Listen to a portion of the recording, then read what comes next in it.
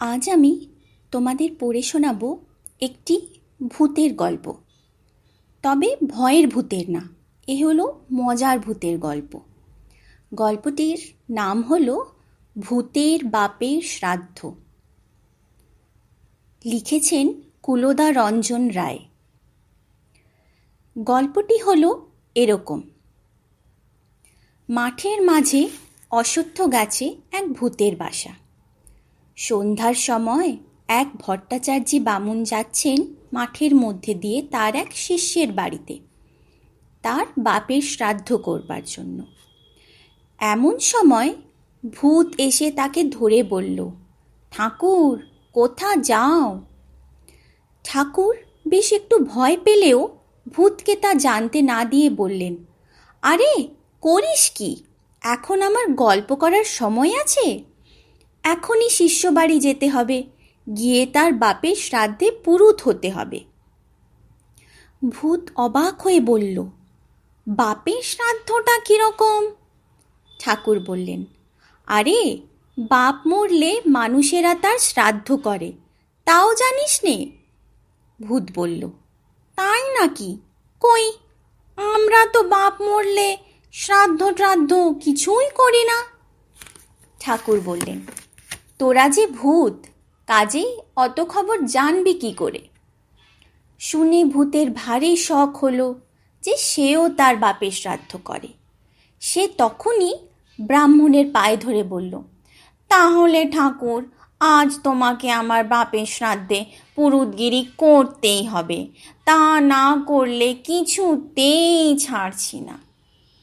ঠাকুর দেখলেন বেগতিক, ভূতের পাল্লায় পড়ে এখন উদ্ধার পাওয়া দায়। তিনি মুখে খুব উৎসাহ দেখিয়ে বললেন, বেশ তো, আমি পুরুতগিরি করব, কিন্তু শ্রাদ্ধ তো আর অমনি হয় না, দিনক্ষণ দেখতে হয়, নানা রকম আয়োজন করতে হয়। আমি আমার শিষ্যের বাড়ি শ্রাদ্ধ শেষ করে ফিরবার সময় কাল সকালে না হয় তোর বাপের শ্রাদ্ধটা করে দেব, এদিকে তুই সব শ্রাদ্ধের আয়োজন করতে থাক। এই বলে তিনি মস্ত ফর্দ করে দিয়ে বললেন, এই সমস্ত জিনিস জোগাড় করে রাখিস। ভূত বলল, বেশ কথা, আমরা এই মাঠে শ্রাদ্ধের সমস্ত আয়োজন ঠিক করে রাখব, কিন্তু ঠাকুর সাবধান, যদি ফাঁকি দাও, ফিরবার সময় না আসো, তবে কিন্তু তোমার বাড়ির পাশে বট গাছটায় গিয়ে বাসা নেব, আর তোমাকে কি করব তা তখন দেখতে পাবে। ঠাকুর কথা দিয়ে প্রতিজ্ঞা করে চলে গেলেন। ভূত শ্রাদ্ধের আয়োজন করতে লেগে গেল, আর যত রাজ্যের ভূত প্রেতকে খবর দিয়ে নেমন্তন্ন করতে লাগলো। পুরুত ঠাকুর শিষ্যের বাড়ি শ্রাদ্ধ শেষ করে ফিরবার পথে কেবলই ভাবছেন, ভূতের বাপের শ্রাদ্ধ করব না হাতি করব, শেষে প্রাণটা যাক আর কি। যা হোক, একবার যেতে তো হবেই, তারপর না হয় একটা কিছু বুদ্ধি করে উদ্ধার পাওয়ার চেষ্টা দেখা যাবে। এই ভাবতে ভাবতে ব্রাহ্মণ সেই মাঠে এসে উপস্থিত। এসে দেখেন সত্যি সত্যি ভূতেরা শ্রাদ্ধের বিপুল আয়োজন করেছে। প্রকাণ্ড বড় মাঠ, শ্রাদ্ধের জিনিসপত্রে আর নানা রকমের বিদঘুটে ভূতে মাঠ একেবারে ভর্তি। এদিকে হয়েছে কি, শ্রাদ্ধের কথা শুনে সব ভূতেরই শখ হয়েছে, তারাও বাপের শ্রাদ্ধ করবে, আর সবাই তার জন্যে আগে থেকে প্রস্তুত হয়ে বসে আছে। ঠাকুর যখন এসে হাজির হলেন, তখন তাদের আহ্লাদ দেখে কে। ভারী আদর যত্ন করে তারা ঠাকুরকে নিয়ে সভায় বসালো।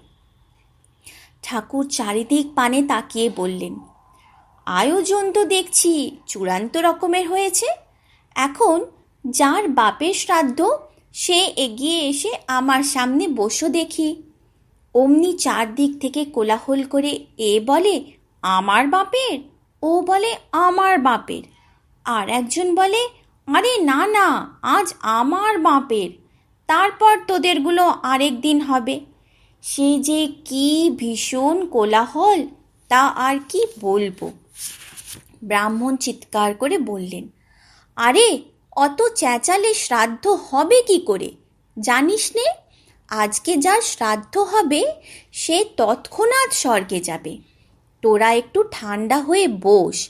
একেবারে তো সকলের বাপের শ্রাদ্ধ হতে পারে না। তোদের মধ্যে যে প্রধান, আজ তার বাপেরই শ্রাদ্ধ আমি করব। ব্রাহ্মণ ঠাকুরের কথায় যেন গরম তেলে ফোড়ন পড়ল। এ বলে আমি প্রধান, ও বলে আমি প্রধান, আর একজন বলে বটে, আয় দেখি তোদের প্রধানগিরিটা বার করে দিই। এইভাবে চিৎকার কোলাহল হতে হতে ক্রমে লেগে গেল মারামারি। ভূতে ভূতে কি যে লড়াই বাঁধল সে আর বলবার নয়। তখন সত্যি সত্যি ভূতের বাপের শ্রাদ্ধ হতে লাগলো। এদিকে বামুন ঠাকুরও সুযোগ বুঝে ঊর্ধ্বশ্বাসে ছুটে গিয়ে একেবারে বাড়িতে গিয়ে হাজির হলেন। এই তো হলো ভূতের বাপের শ্রাদ্ধ। কেমন লাগলো কমেন্ট করে জানাবেন। আমি আবার আসবো অন্য একটি নতুন গল্প নিয়ে। নমস্কার।